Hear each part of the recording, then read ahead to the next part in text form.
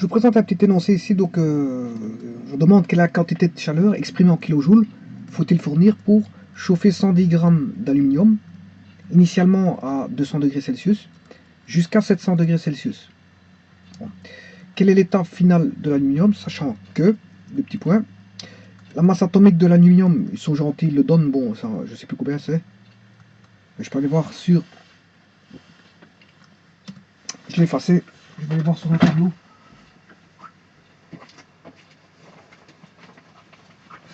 J'ai effacé cette donnée, sans faire exprès. Je vais aller rechercher, c'est pas un problème. J'ai le tableau de Mendeleev, donc l'aluminium.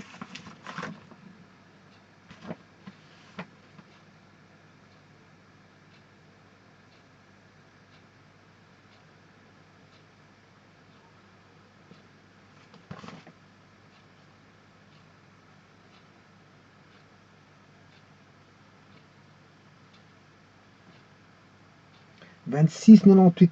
Enfin, je crois parce que c'est écrit tellement tout petit que je n'arrive pas à lire. 26,98,15, oui. 26,98,15.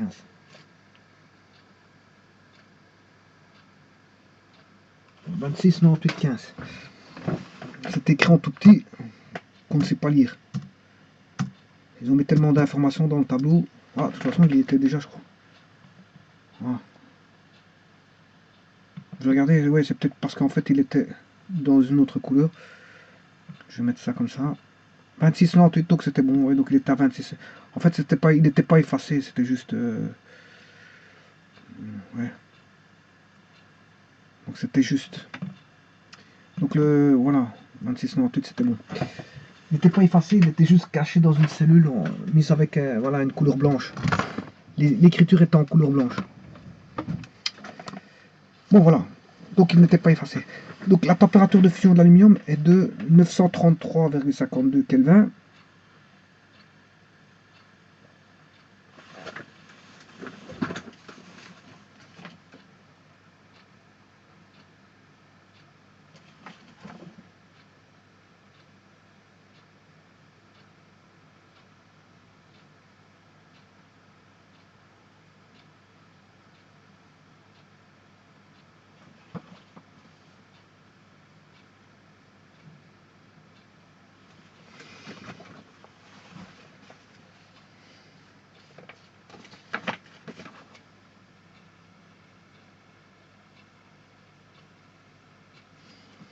Alors, sachez que vous avez toutes ces données là dans le tableau de Mendeleev.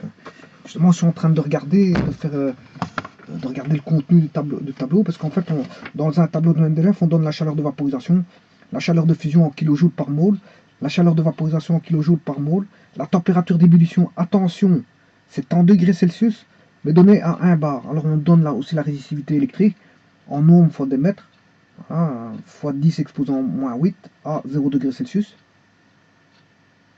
Voilà, on donne la masse volumique à 20 degrés Celsius, kg par mètre cube, fois 10-3 pour les liquides et les solides, et en kg par mètre cube à 1 bar pour les gaz.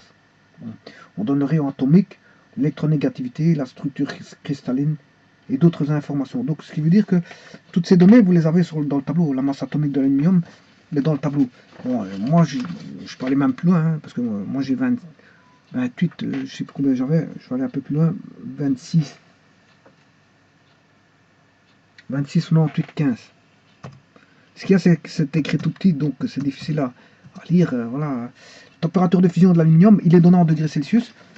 Bah ici, dans le problème, il est en Kelvin, mais dans le tableau, il est donné en degrés Celsius. Bon, alors ça, il faudrait que je fasse une conversion en degrés Celsius, et puis je vais regarder dans le tableau si c'est la même chose.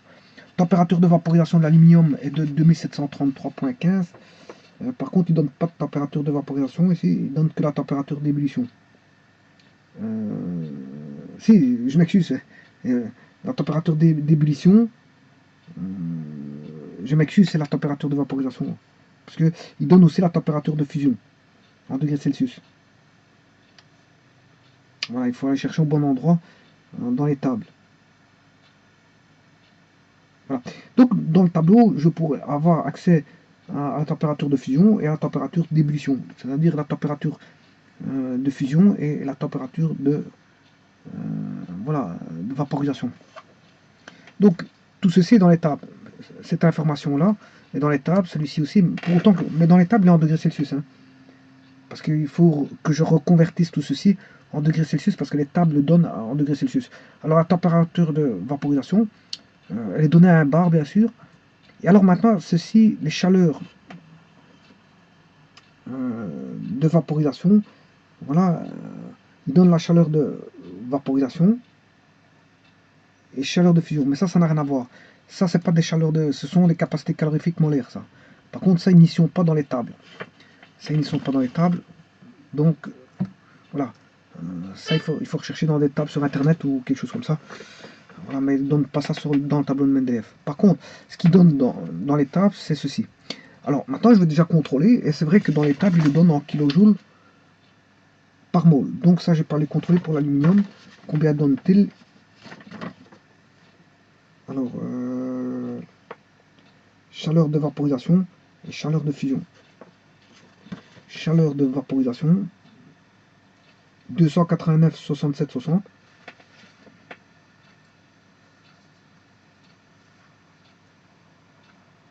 « 289, bon, ils ont mis 293, j'ai accepté 293.7. Hein. Bon. Parce que bon, j'ai pas tout à fait la même chose, 289, 67, 60. Et le second, c'est 10,7182. J'ai pas tout à fait les mêmes valeurs. Hein. Pour moi, ici, j'ai 10.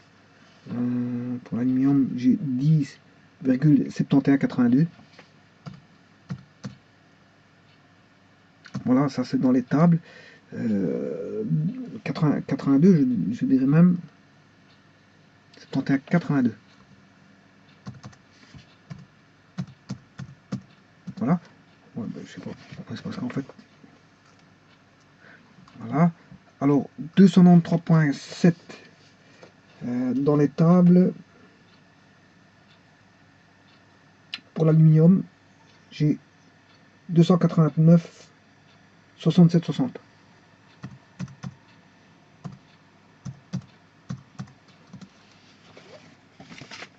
Ça, c'est le tableau de Mendeleev.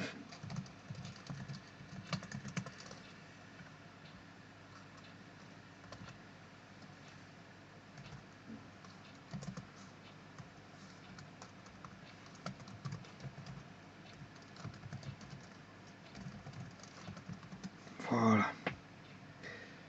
Tableau de Mendeleev, on a ces valeurs-là. Bon, mais ce qu'il y a, moi, je vais travailler avec les données qui sont fournies dans l'énoncé. Je ne peux pas aller dire à l'encontre des données de l'énoncé parce que je trouve la réponse en fonction des données de l'énoncé. J'aurais pu être plus précis.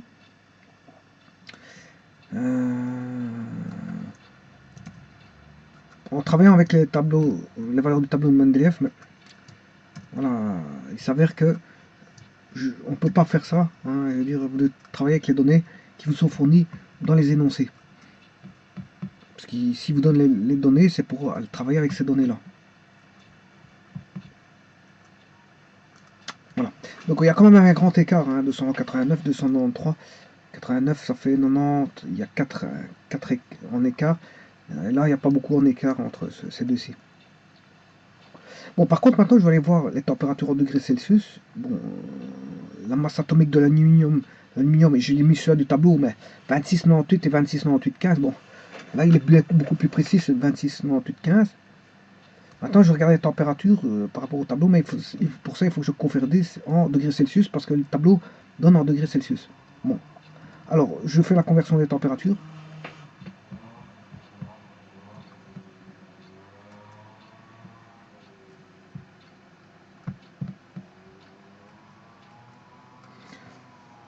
On fait la conversion des températures. Mendeleev, je ne sais pas si ça s'écrit. Chaque fois, je fais une erreur sur l'écriture du tableau de Mendeleev. Bon, je ne sais pas comment ça s'écrit Mendeleev. Je sais bien que...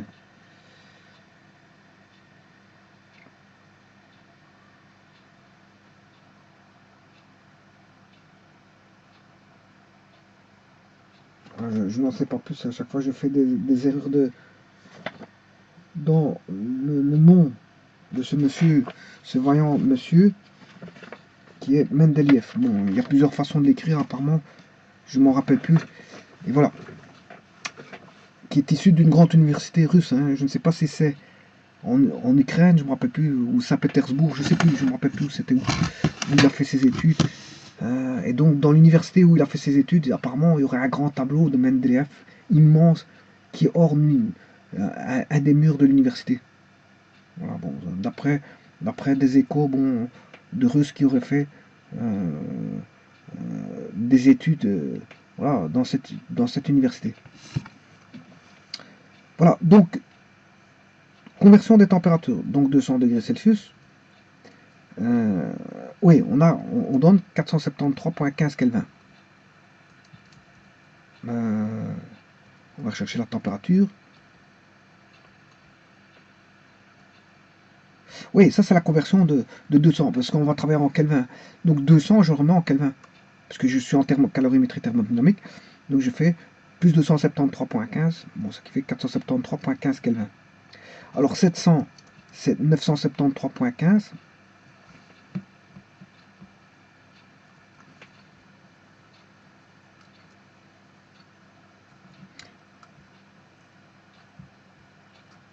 Alors le tout c'est de savoir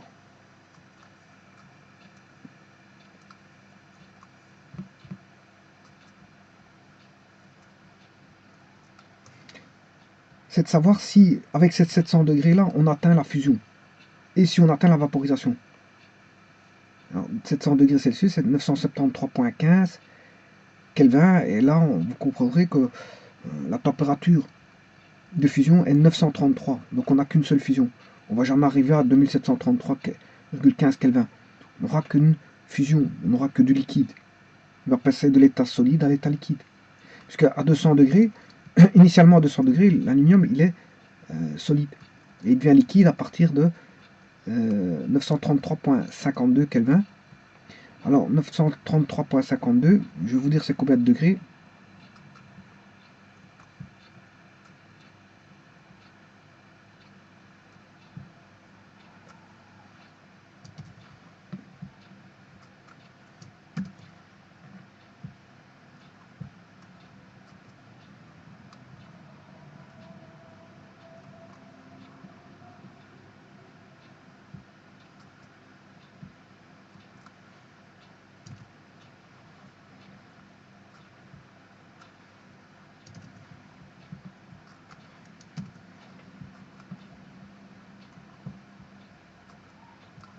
Juste un petit peu de patience que je règle ce qu'il faut.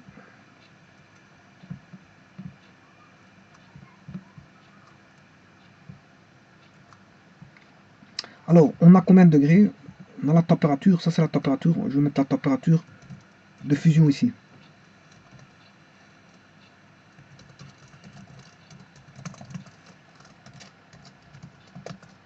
Voilà, et la température de fusion elle est égale à 933,52 Kelvin. Voilà. Alors maintenant je vais regarder en degrés Celsius, mais il suffit d'en retrancher ceci, moins 273,15 pour retrouver 660, voilà. Donc ils font à 660,37, enfin pour l'aluminium, je vais regarder dans le tableau combien ils donnent, dans le tableau de Mendeleïev, température de fusion de l'aluminium.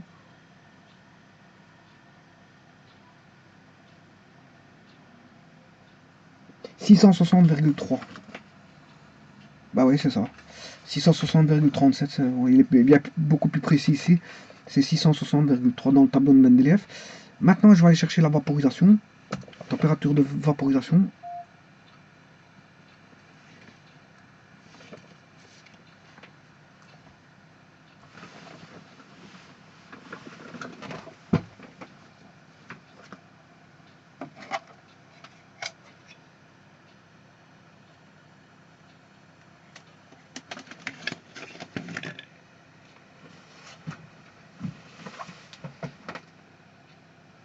Bon, donc je disais que j'allais chercher la température de vaporisation. D'ailleurs, je vais l'écrire tout de suite.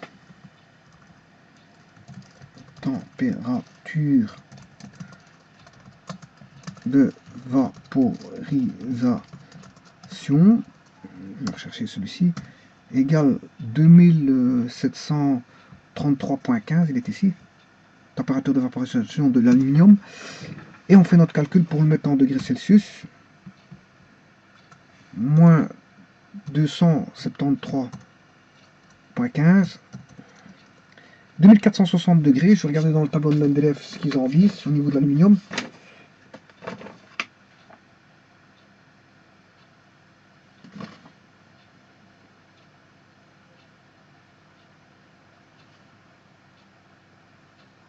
Donc c'est bien la température de vaporisation ou température d'ébullition à 1 bar. 2447. Ouais, bon, quelques degrés en plus ici, hein, 2447, 2460. Voilà, je vais mettre dans le tableau de Mendeleev ce que le tableau de Mendeleev donne. Là, on a 660, 660,3. Et celui-là, 2447 apparemment dans le tableau de Mendeleev. Aluminium 2447. C'est écrit tout petit. Hein. Bon, j'ai du mal à lire. Voilà, donc degrés Celsius. Dans le tableau de Mendeleev, les données en degrés Celsius.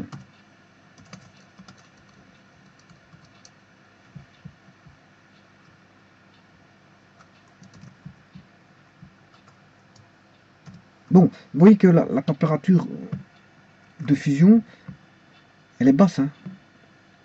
Pour l'aluminium, elle est basse. Hein. La température de fusion, elle est basse.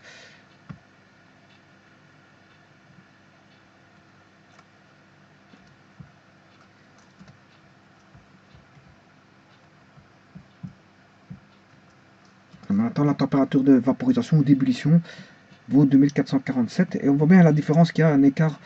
L'écart de, si vous voulez, de... Je peux vous mettre l'écart entre l'énoncé et ce qui est dans le tableau de Mendeleev.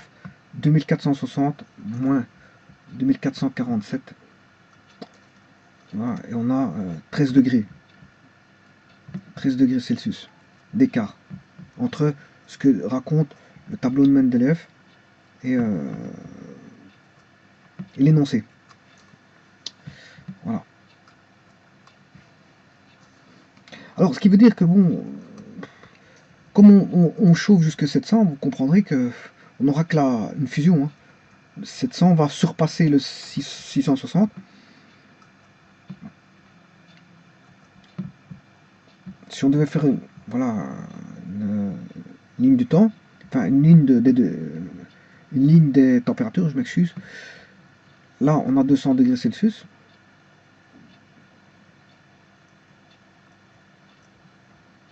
On va chauffer jusqu'à 700, pas plus, mais on va atteindre ici la température de fusion qui est à 660. Température de fusion. Alors, ça, c'est la température initiale. Et là, on a la température finale. Voilà. Donc, seule une fusion est possible parce que là-bas, on a 2400 et des degrés. On ne saurait pas atteindre. C'est 2700, je ne sais plus combien. 2700, 2460 degrés. 2460 degrés. On ne saurait pas l'atteindre. Hein. Pourquoi? Parce que on stoppe la température finale est 700 degrés. Voilà, donc seul n'est possible qu'une fusion. Hein. Donc on va faire un calcul sur une fusion. Donc ce qui veut dire qu'il y a des données qui ne sont pas intéressantes. Hein. Delta H de vaporisation, c'est pas parce qu'ils l'ont donné qu'il faut l'utiliser. C'est pas parce que dans un énoncé on vous donne forcément des données qu'il faut tout utiliser toutes les données. Il y a des données qui servent strictement rien dans ce cas-ci. Delta H de vaporisation ne servira pas à grand chose. Je dirais même servira à rien du tout. Qu'il le donne et qu'il ne le donne pas, c'est pas un problème. C'est vrai que ça peut mettre la confusion dans la tête de certains étudiants en se disant que pourquoi ils ont donné ça, ils ont le droit de donner ce que, les énoncés, on a le droit de donner ce qu'on veut, hein, pour autant que c'est en rapport avec, je veux dire, non pas la résolution, mais en rapport avec des données propres à l'aluminium. Ils donnent ce qu'ils veulent sur l'aluminium. Hein. Bon, ils peuvent donner même la masse volumique, je sais pas, ils peuvent tout donner, il n'y a pas de problème. Maintenant, cet allélé va extraire ce qu'il a besoin et ce qu'il n'a pas besoin. C'est pas fait pour exprès pour berner, mais c'est fait. Bon, c'est des informations supplémentaires, ils ont le droit. Maintenant, quelque part, certains pourraient penser que c'est pour berner les gens, mais non. Certains pourraient croire ça, mais bon, en fait, non, il n'y a rien à berner là-dedans. Parce que vous devez savoir ce que vous devez utiliser, point à la ligne. Hein, je veux dire, on sait bien qu'on atteint une fusion et qu'on n'arrivera jamais. La température finale est ici. Voilà, donc 2400, c'est pas possible de l'atteindre. La seule transformation que l'on aura, c'est une fusion. Voilà, on aura une fusion. Voilà, donc on va passer de l'état, si vous voulez, de l'état solide, de 200 jusqu'à 660, ben, on a un état solide, et puis on a un changement de chaleur de changement d'état, qui est le delta H fusion, pour une mole bien sûr, et puis on a l'état liquide. Voilà, et au-delà de ça, au-delà de 700, rien n'existe. Hein. Il ne faut pas aller chercher des calculs là où il n'y en a pas à établir. C'est-à-dire qu'après 700, il n'y a plus rien qui existe. Parce que l'existence du problème fait en sorte que voilà, 2400 est à bannir ici. Voilà, tout comme avant 200 degrés, il n'y a rien. On commence en 200, voilà, pour finir à 700. En passant, bien sûr, par une température de fusion et on s'arrête en 700. Ce qui veut dire que le calcul va être très simple. Donc, je dis bien ici que seule une fusion, dans le changement d'état, seule une fusion est possible. Hein. On n'a qu'une possibilité, c'est une fusion.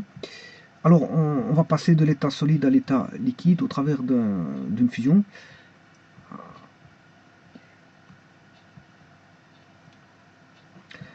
Alors, on va faire le bilan global. Mais le bilan global, c'est de faire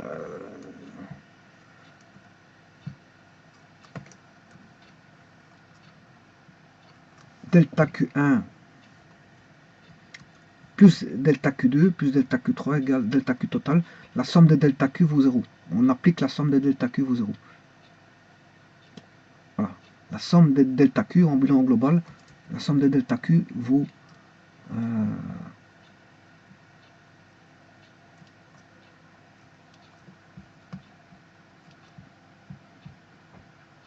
voilà le bilan global.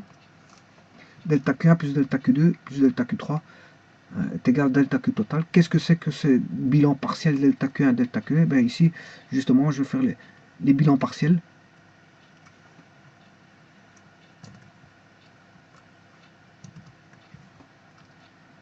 Voyons voir ces différents bilans partiels.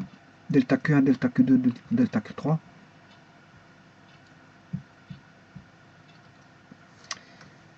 Alors, le delta Q1 va concerner tout simplement l'élévation de température pour aller de 200 à 660. C'est l'élévation de température pour aller de 200 à 660. Voilà, ce n'est que ça.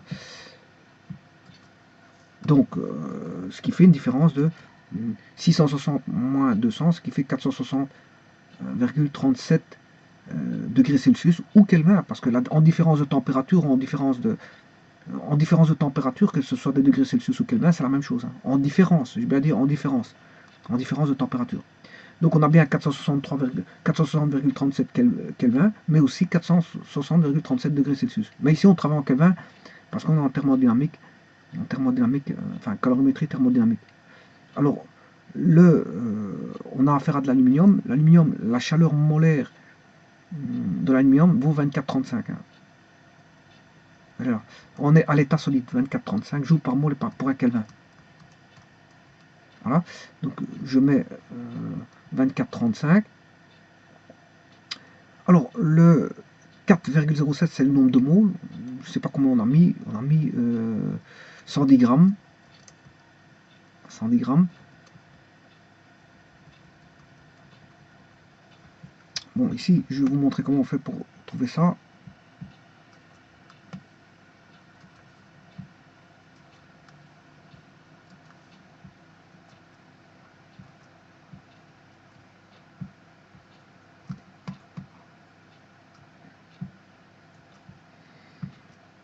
Bon, on a mis 110 grammes.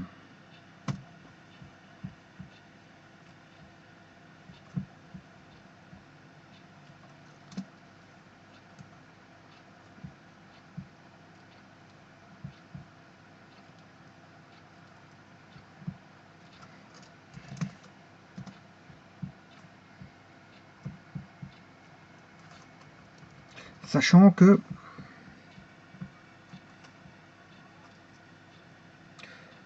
on a la masse molaire de l'aluminium, c'est 26,98 grammes par mole. Masse atomique de l'aluminium, c'est 26 grammes pour une mole. Ce qui veut dire qu'on a combien de moles sur 110 grammes? On a 110 divisé par 26,98, ce qui est 4,09 moles. Et c'est comme ça qu'on trouve le 4, voilà, ceci. Donc ceci est égal à ceci, si vous voulez.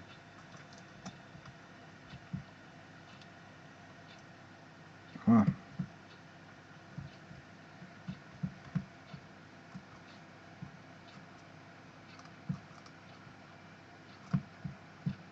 Un petit moment, c'est vrai que bon, ça vous semble étrange quand je commence à faire des chipotages comme ça, mais c'est pour mieux voir les choses.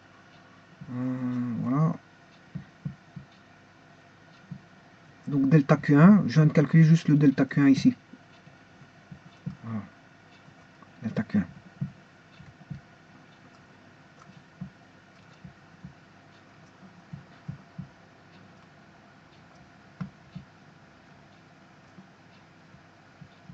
Ça, bien sûr, il s'agit de l'aluminium. Hein.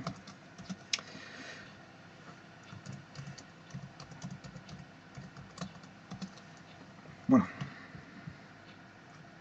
Alors maintenant, il faut calculer bon, le delta Q2. Ça, c'est pour l'élévation de température, c'est la chaleur nécessaire pour élever la température de 200 à 660. Et puis maintenant, il faut le delta Q2, c'est-à-dire changement d'état, chaleur de changement d'état qui se fait à température constante. Ben, on va calculer ce delta Q2 qui est la fusion. C'est la fusion. Alors, la fusion, comment l'obtient-on? Eh bien, c'est tout simplement la chaleur de fusion, delta H, fusion. Delta H fusion, que je vais chercher ici, c'est pour une mole, 10,79 kJ par mole.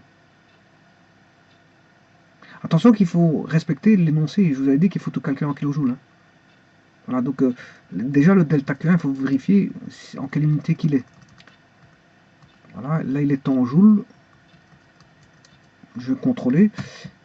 4 fois 24, ça fait bien, ouais, ça fait 125 environ. Fois 460. 45 720, donc c'est juste. Hein.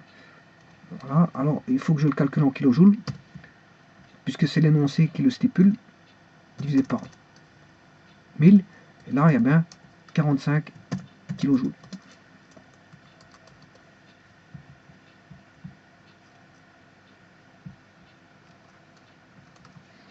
45 kilojoules.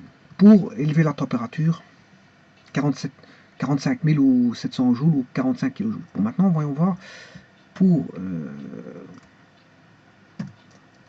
la chaleur de changement d'état, la fusion ici, dans ce cas-ci.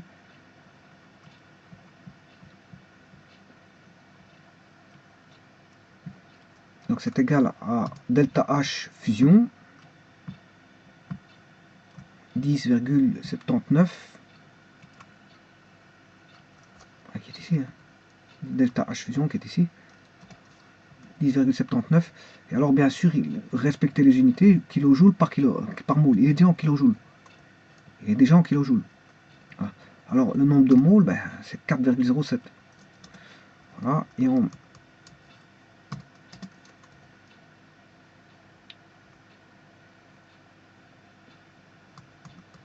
je vais calculer en kilojoules.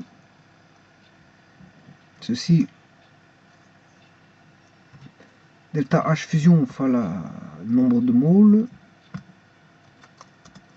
43 moles. C'est bien, ici je l'avais calculé en joules. Voilà, je j'ai calculé en joules ici, et là, elle est en kilojoules. Donc, je remets en kilojoules, parce que l'énoncé le stipule, stipule de le calculer en kilojoules. Alors maintenant, dernière chose, c'est l'élévation de température quand il a changé d'état. Ben, il faut passer de 660 à 700. 660 à 700. 660 à 700. Alors, 660 à 700. Voilà. C'est ceci. C'est l'élévation de température de quand il est liquide. Quand il est liquide, il va monter de 660 à 700. Bon, ben on va faire ça.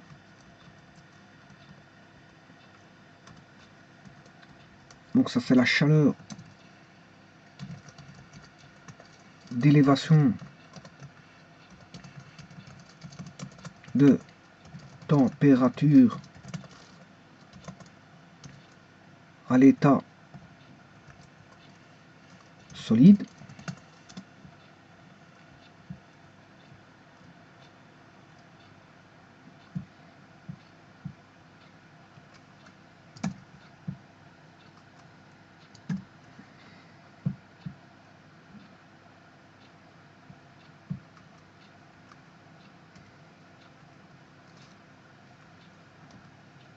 Chaleur d'élévation de température à l'état liquide.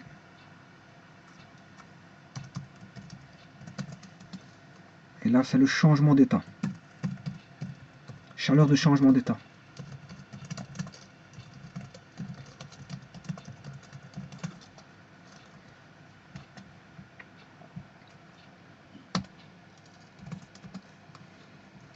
Voilà. Et ainsi, vous avez delta Q1, delta Q2 et delta Q3.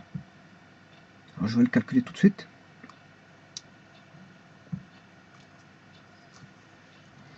Bien, la variation de température va aller de 660 à 700. C'est-à-dire un différentiel de 700 moins 660, 660 moins 700, qui fait environ 39 degrés. 39 degrés. Alors, ça c'est la chaleur molaire à l'état liquide de l'aluminium, que je vais rechercher ici, 24,21 fois 24,21 fois le nombre de moles, 4, ça n'a pas changé. Le nombre de moles, il ne change pas. Pour les trois états, le nombre de moles, c'est un invariant. 4,07, 4,07, 4,07. Voilà. Alors, quand on multiplie ceci, on obtient... Attention que 39, c'est en kilojoules, fois... Enfin, c'est la température en Kelvin, je m'excuse. 24,21, c'est en kilojoules. D'ailleurs, je vais vous le montrer tout de suite. Je vais faire vite mon calcul et puis je vais vous montrer fois le nombre de moles.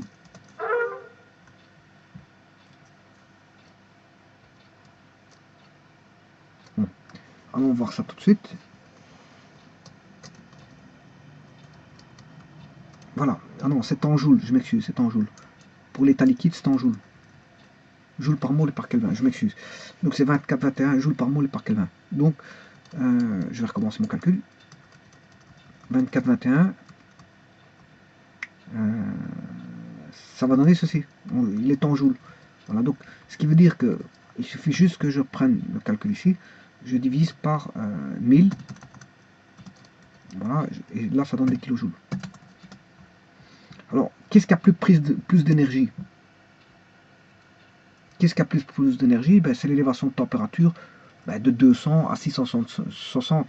Il y a 400, de 200 à 660. Il y a 460 degrés. C'est normal, on doit faire élever la température de 460 degrés, c'est énorme. Donc, il faut une grosse quantité de chaleur pour ça. Ensuite, qu'est-ce qui prend une grande quantité de chaleur? Ben, c'est pour casser les liaisons. C'est pour amortir les liaisons, les rendre moins solides. Et donc les rendre moins solides, ben, ça pèse voilà, 40, dans le bilan global, 43 kJ. Hein, c'est presque l'élévation de température de 200 à 660. Hein. Voilà, donc c'est quand même beaucoup. Et enfin, là, on élève la température à l'état liquide de 700 à la de 660 à 700, ce qui fait un différentiel de 39 degrés. Là, ça demande que 4 joules. 4 kJ. 4 kJ. Donc on voit bien qu'est-ce qui prend le plus. Hein. Voilà.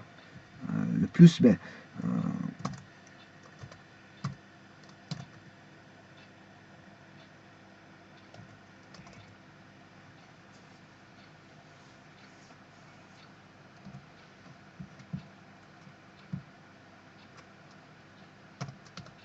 voilà, le maximum, c'est qui? Ben, entre les trois, ben, c'est 45 702 kJ.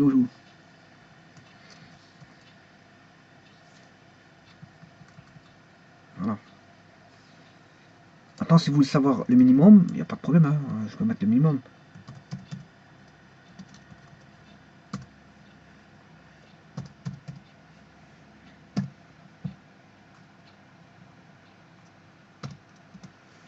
« 3,9. Vous avez le maximum et le minimum. Voilà. Alors ça vous donne le total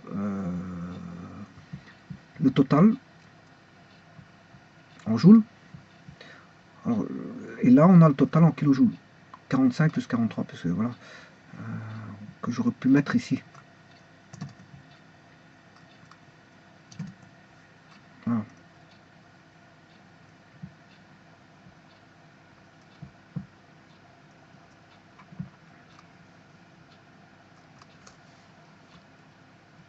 Alors, il suffit juste de faire l'addition, hein, l'addition totale.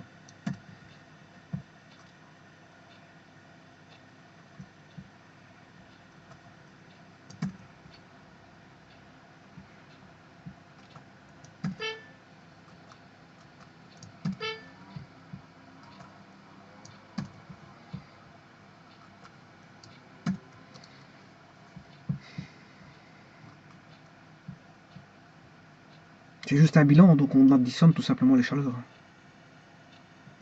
Voilà.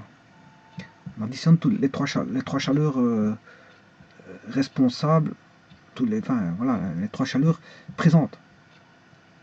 L'action calorifique des trois actions. Il y a trois actions.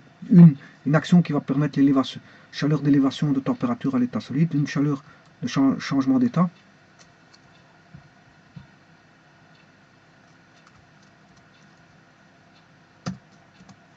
Voilà, et chaleur d'élévation de température à l'état liquide. Donc là, il y a trois effets qui vont intervenir. Donc on a un effet dû à une élévation de température, un effet dû à un changement d'état, un effet dû à une élévation de température. Alors là, c'est l'élévation de température.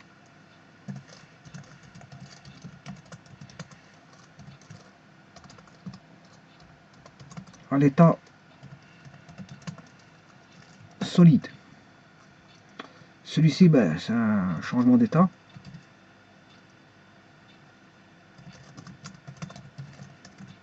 Sans élévation de température.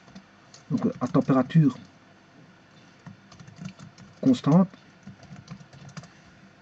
Et ici, on a une élévation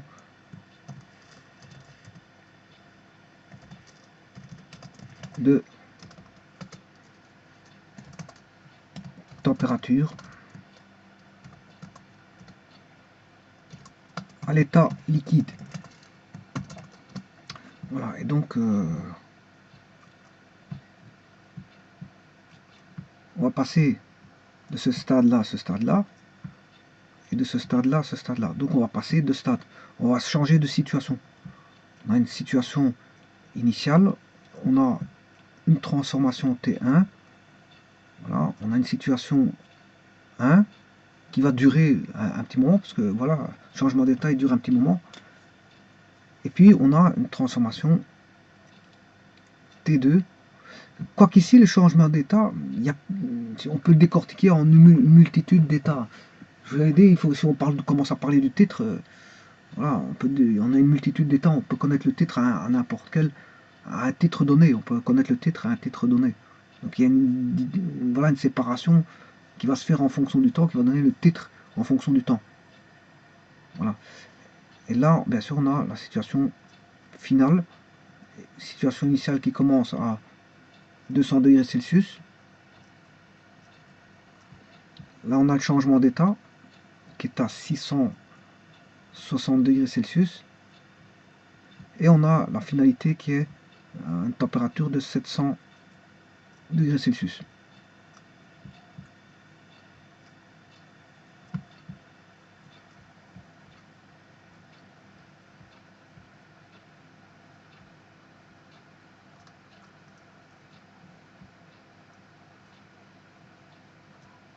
Alors, où sont les actions? Ben, elles sont là. Les actions sont là.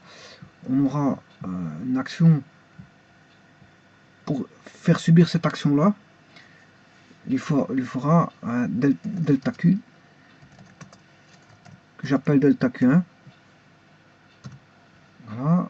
Pour cette action-là, on lui fera subir un delta Q2.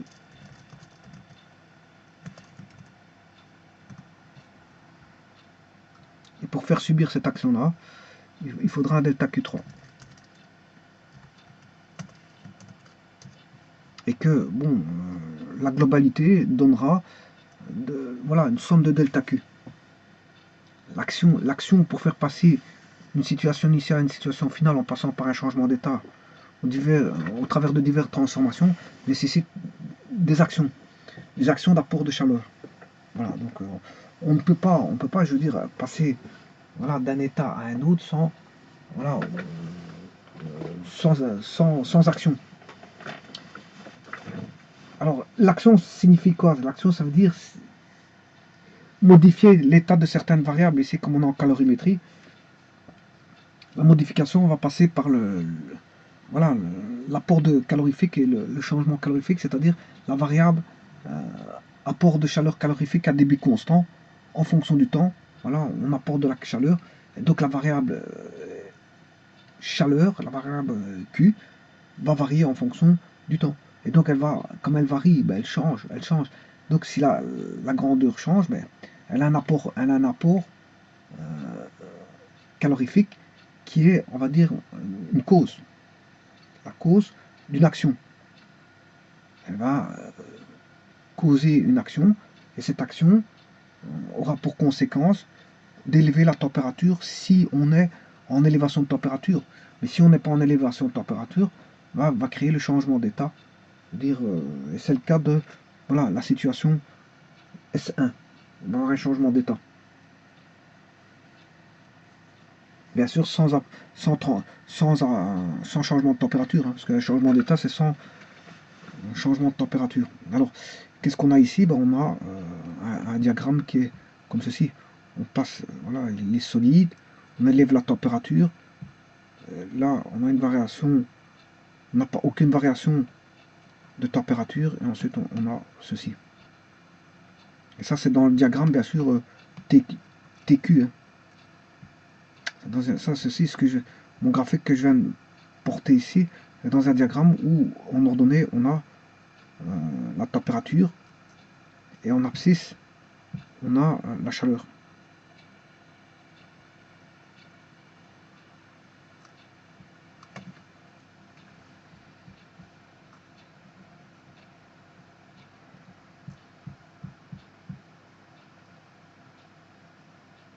Q en fonction du temps, bien sûr. Apport de chaleur, ici on a la température. On a l'état solide ici, on démarre à 200 degrés.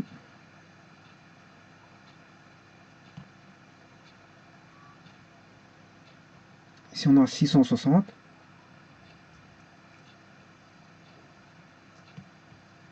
Bien sûr, on ne chauffe pas éternellement parce qu'on s'arrête à 700.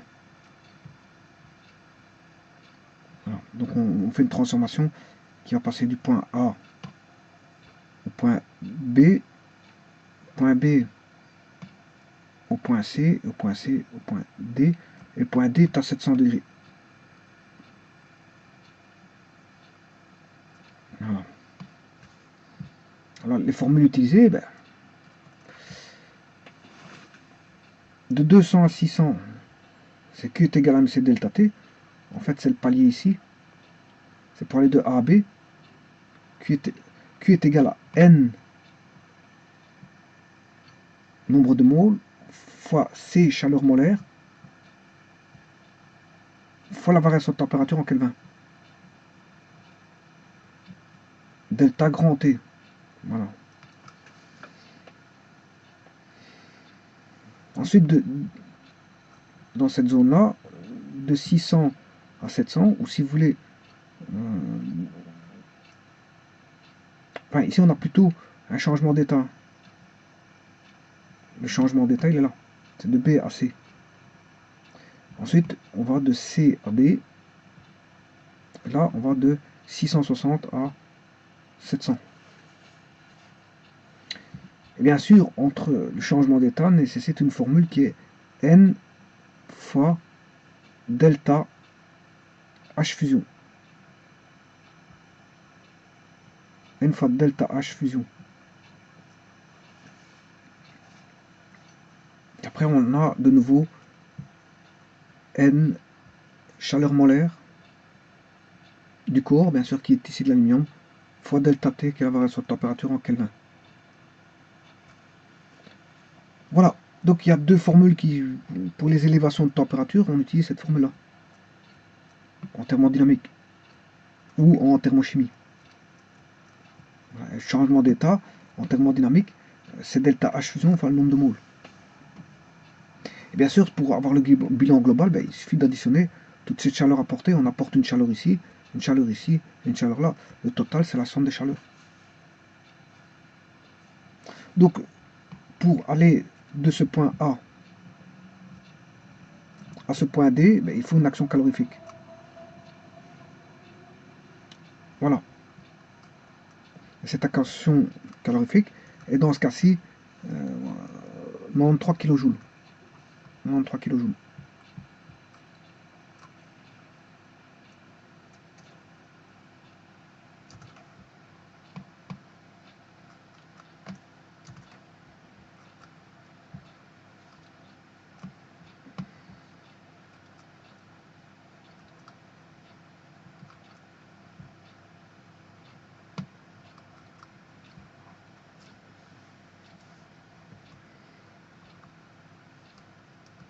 Voilà, donc c'est un exercice assez, je veux dire, c'est un exercice qui est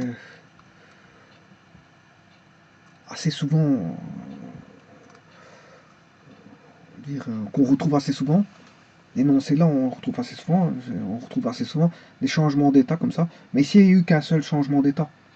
On aurait pu penser qu'il y en aurait eu deux, mais pour en avoir deux, il fallait dépasser les 2000 degrés, 2460 degrés Celsius.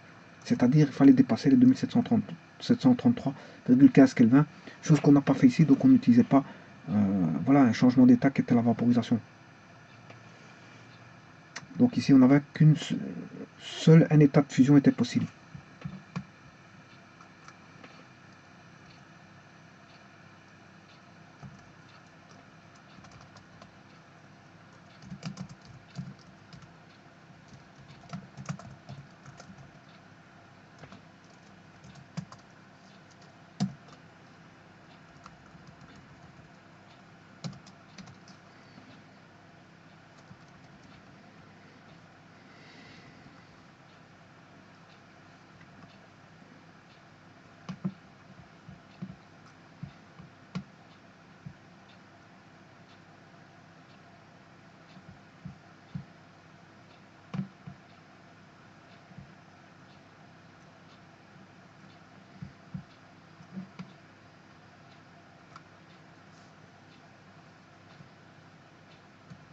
Voilà, donc ce qui veut dire que quand vous faites un calcul comme ceci, il faut passer par des bilans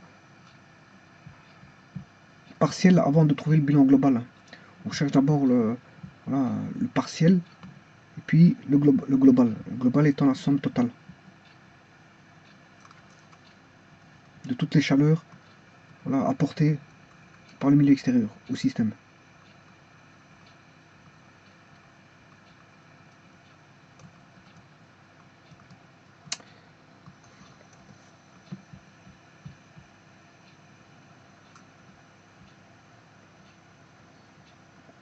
Voilà.